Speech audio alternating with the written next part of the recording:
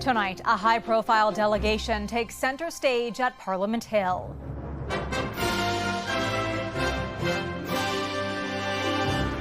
The feelings of optimism after the American outreach.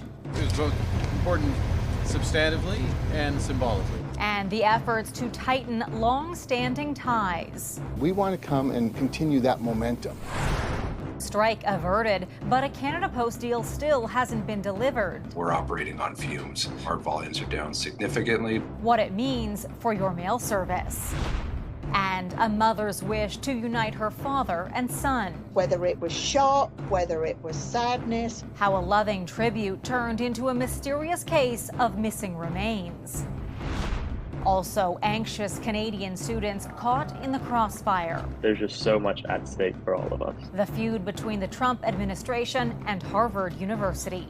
It's clearly blackmail. Plus, a Newfoundland writer wins a prestigious literary prize. It just seems unbelievable. The charming reaction to a distinguished chapter in his career.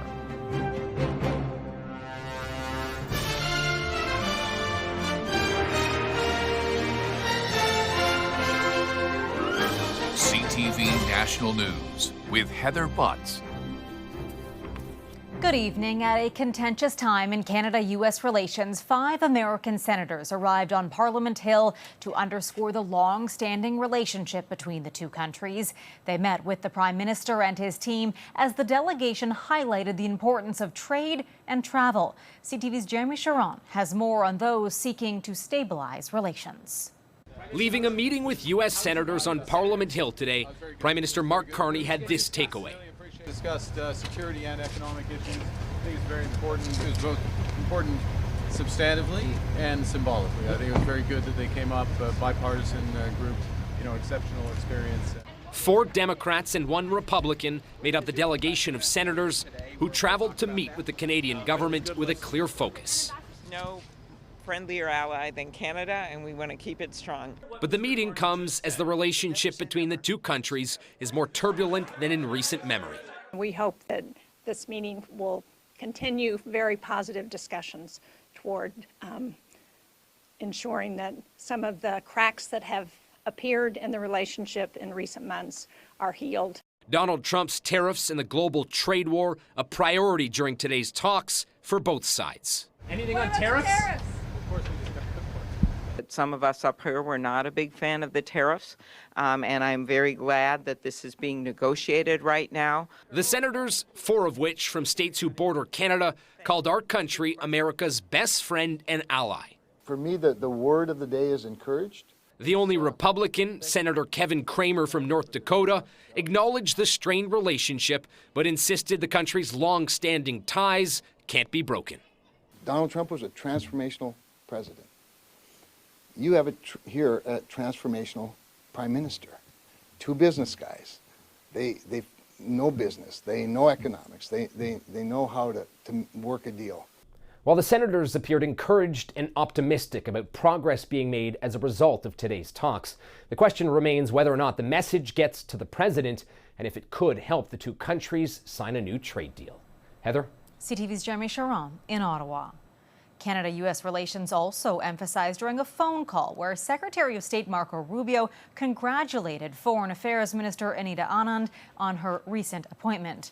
Rubio and Anand discussed opportunities for collaboration on shared global challenges. Rubio also reiterated both countries must work together to ensure balanced trade, counter the flow of fentanyl, and enhance security, including in the Arctic.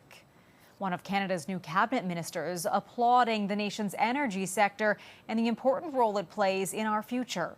The Canadian energy industry is the best in the world. Energy Minister Tim Hodgson speaking to a sold-out crowd in Calgary today, his first official appearance since being sworn into cabinet. Hodgson telling the crowd that the government will strive to make Canada into an energy superpower and will fast-track projects of national interest. The federal election wrapped up more than 3 weeks ago, but some seats are still changing hands, and tonight a Newfoundland riding has flipped to the Conservatives. Jonathan Rowe has won the federal riding of Terra Nova, the Peninsulas, after a judicial recount beating the Liberal candidate by just 12 votes. This brings the Liberal seat count back to 169, which is 3 seats shy of a majority. And the Liberals could be in danger of losing yet another seat. The Bloc Québécois has filed a Superior Court challenge to override the decision in Terrebonne. A recount flipped the Quebec riding from the Bloc to the Liberals by 1 vote. The Bloc says it is calling the result into question because one voter's mail-in ballot was returned. There is a bit of a reprieve tonight for people reliant on the services of Canada Post. The national mail carrier has avoided a strike, but employees are now refusing overtime. CTV's Quebec Bureau Chief Geneviève Beauchemin is gauging the effects of this latest development in the labor battle. Mail is still moving, delivery trucks hitting the road, but business has slowed, says Canada Post. We're operating on fumes. Canadian customers and everybody is avoiding the post office because they don't want their items to be trapped. So our volumes are down significantly. An all-out strike was averted last night, but the union issued a countrywide ban on overtime for its 55,000 members, so postal workers are sticking to regular hours. Since we're not doing overtime anymore, there will be some delays for certain parts of certain routes. But I think it'll be like a rotating delays. And more job action could come. The union is reviewing an offer management put on the table Wednesday. We are evaluating the 700-page detailed offer that Canada Post has given us. We were at the bargaining table yesterday to discuss certain aspects of it. And we're hoping that we'll have a good collective agreement that would be ratified by our members. Among sticking points, the percentage of a salary increase, weekend deliveries, and part-time workers. Canada Post says this dispute comes at a critical time as the service deals with mounting losses. Now, foundations like those for cancer research are urging donors to stick to online giving, warning against checks stuck in the mail. The uncertainty is driving many business owners to other options. This Toronto dress shop's parcels are going an alternate route. We want the best for Canada Post, but we also want the best for Doll Factory by Damsels. But for many businesses, a switch now means more costs. And for some in rural areas, Canada Post is the only game in town. So that letter in the mail or that package that is to be delivered could take a little longer to get to Canadians. Geneviève Beauchemin, CTV News, Montreal. An escalating showdown between Harvard University and the Trump administration. The prestigious school striking back over the president's attempt to ban international students. CTV's Heather Wright on the Canadians finding themselves caught in the chaos. Nearly 7,000 international students attend Harvard University and now find themselves caught in the middle of a fight between their school and the American president. It's extremely nerve-wracking. There's just so much panic, frustration. Canadian economics student Thomas Maid is among those worried about the Trump administration's decision yesterday to ban international students from attending Harvard. I think just students in my position now have no other choice but to remain hopeful. So much of our lives are tied up at Harvard, so much of our ongoing work and our tuition as well. But there's just so much at stake for all of us. Today, a judge temporarily blocked the federal order after Harvard filed a lawsuit against the Trump administration. The suit called Trump's edict a clear retaliation for Harvard, exercising its First Amendment rights to control Harvard's governance, curriculum, and the ideology of its faculty and students. The White House has been locked in a fierce battle with Harvard and other elite post-secondary schools, accusing them of not doing enough to combat anti-Semitism on campus. Criticism that stems in part from campus protests last year over the war in Gaza. While others have yielded to a number of Trump's demands, Harvard has not. Still today, the president said this order could extend to other schools. Well, we're taking a look at a lot of things. Harvard said it is enacting policies to beef up its fight against anti-Semitism, but insists these executive orders are really about control. It's clearly blackmail. It's a financial blackmail. Anna Triandafilidou is a migration researcher at Toronto Metropolitan University and says while colleges and universities in both Canada and the U.S. can do better when it comes to fighting racism and anti-Semitism, she says schools must also stand up for their independence. Recognizing the role and the right of higher education and universities to be places of critical thinking. Roughly 750 Canadian students attend Harvard and are caught up in this fight. Among them, the Prime Minister's daughter. Heather. CTV's Heather Wright in Toronto. Heather, thanks. Donald Trump's latest tariff target is Apple and other smartphone makers, saying he already warned CEO Tim Cook. I had an understanding with Tim that he wouldn't be doing this. He said he's going to India to build plants. I said, that's okay to go to India, but you're not going to sell into here without tariffs. And that's the way it is. Trump says Apple would have to face a 25% tariff unless it moves production to the U.S. Analysts have been skeptical about how quickly Apple could shift its manufacturing and say iPhones made in the U.S. would be more expensive. Trump is also targeting the EU, posting, "Our discussions with them are going nowhere. Therefore, I am recommending a straight 50% tariff starting on June the 1st. Members of the EU called the threat a step in the ongoing talks. Hudson's Bay has reached a deal to sell more than 24 of its store leases to a BC billionaire. Canada's oldest company says mall owner Ruby Wei-Hong Liu will take over 28 of its properties across Ontario, Alberta, and BC. A court will still need to sign off on the agreement before Liu can take over the locations and move forward on a plan to launch a new kind of department store. Hurricane season is on the horizon, with forecasters in both the U.S. and Canada predicting it will be busier than normal. People are being told to prepare now. Here's CTV's Paul Hollingsworth on how hard we could get hit. Forecasting hurricanes boils down to bracing for the worst and hoping for the best. Although we can predict the level of activity, we can't necessarily predict exactly where they're going to go. This year's Atlantic hurricane forecast offers a frightening scenario with more storms expected than normal. But according to Environment Canada, it's impossible to know how many storms will actually make landfall. So sometimes you can have a very active season, but the storm track kind of keeps most of the storms offshore and you have lower impacts. Canadian forecasters are predicting an above normal major storm probability with 13 to 19 named storms, 6 to 10 hurricanes, and 3 to 5 major hurricanes. We can count on typically 2 to 4 hurricanes or tropical storms that will enter our response zone on any given year. Not all of those will have impacts on land. Category 3 to Category 5 hurricanes are the most intense and dangerous hurricanes. There has been an increase in these severe hurricanes over the past 40 years, which adds more urgency and the need for awareness. It doesn't really matter if it's a below average season or above average season. It just takes one storm to make landfall to make it a bad hurricane season. People who live in the Atlantic region know from previous experiences how to cope with major storms, and hurricane predictions like this one are a good reminder to always be prepared. Paul Hollingsworth, CTV News, Halifax. Coming up, a daughter's meaningful mission. Whether it was shock, whether it was sadness, whether it was grief. What cemetery workers discovered when they went digging for a veteran's lost remains. Plus, the devastating diagnosis for a music legend.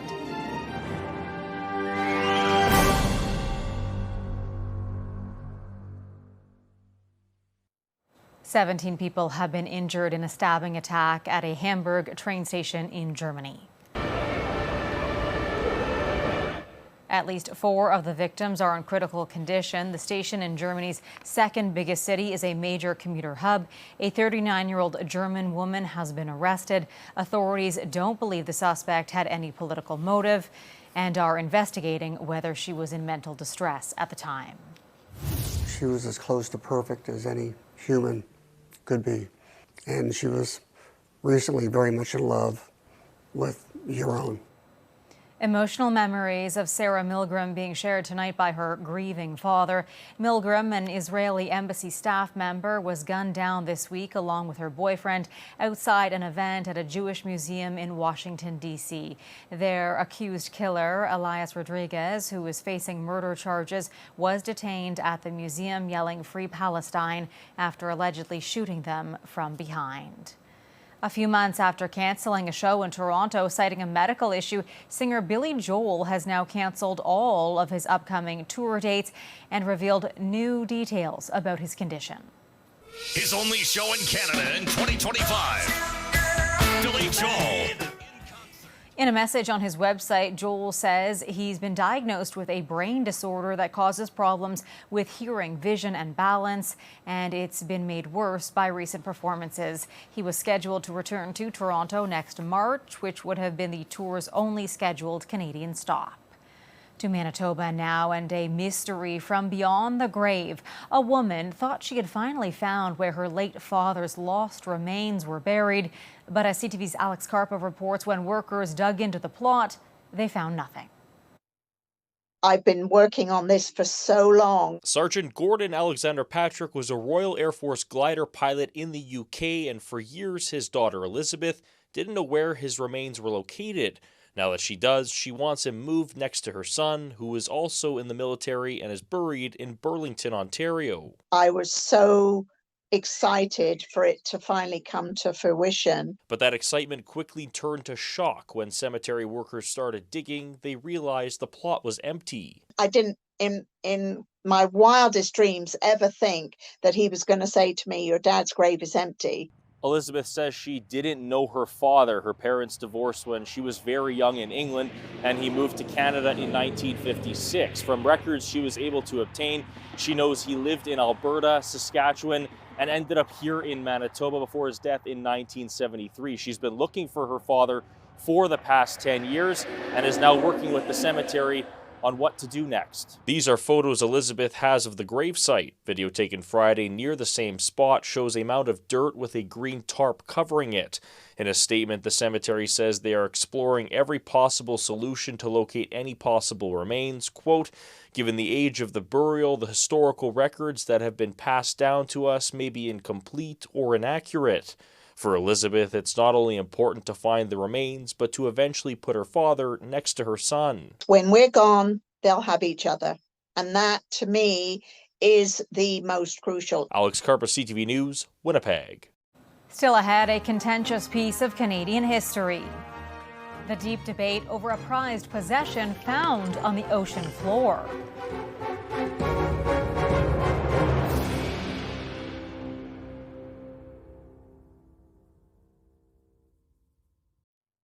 A supersized near miss after a case of being asleep at the helm.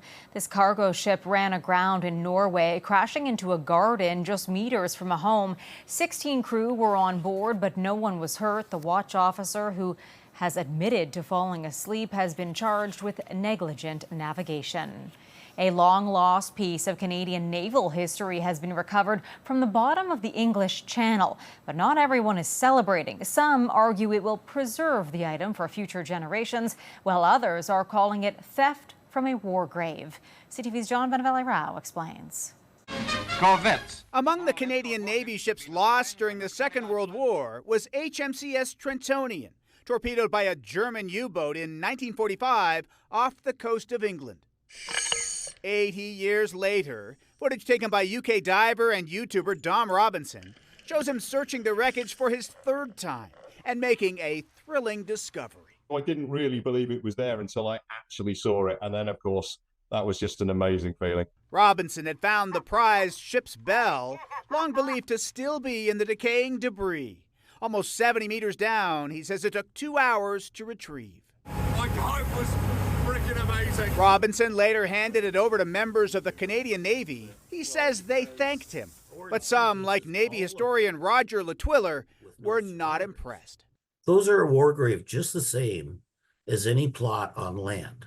5 sailors went down with the Trentonian, and Latwiller says over the years, divers have been taking items from their final resting place, which some think should be safeguarded like a battlefield cemetery. Anything of value has been coming off the ship. Robinson says the wreckage is disintegrating and says the bell is better off on the surface. I think it's really important that the bell of the Trentonian is not on the ocean floor. Nobody else will see it down there other than the very small number of divers like me. It's much better that it's in a museum setting. What Robinson did wasn't illegal, but there has been a push to get Canadian Navy shipwrecks protected, as is the case for sunken British warships around the UK. The Canadian Navy says the acceptance of the bell doesn't imply that it approves or encourages the removal of items from war graves, which it considers this to be. Not often that this happens. As for Robinson, he says he's willing to put the bell back if what he did was wrong. The Navy plans to display it in a Halifax museum. John Benavali Rao, CTV News. Still ahead, the Canadian winning international fame. How a Newfoundland author just landed a big award from the Emerald Isle.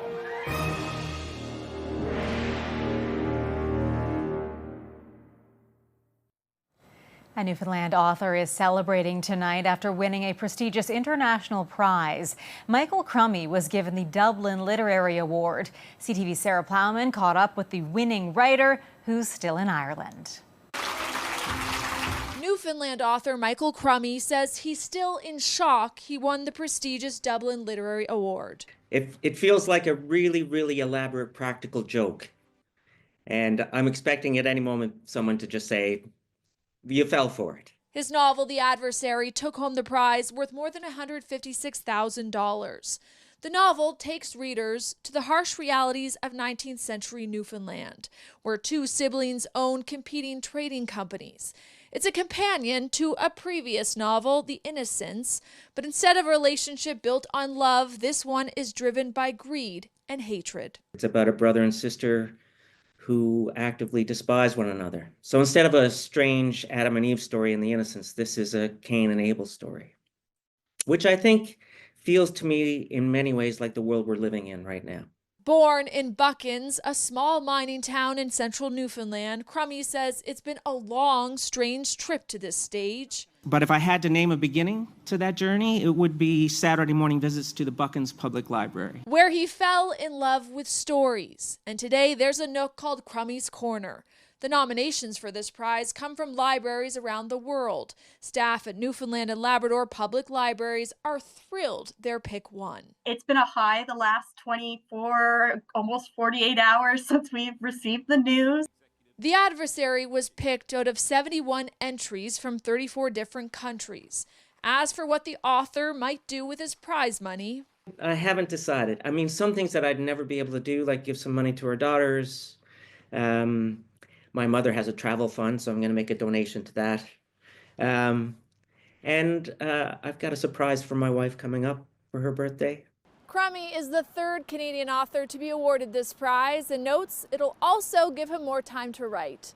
Sarah Plowman, CTV News, Fredericton. How wonderful to receive that recognition. That is our newscast for this Friday. I'm Heather Butts. For all of us at CTV National News, thank you for watching. Good night, and I'll see you again tomorrow.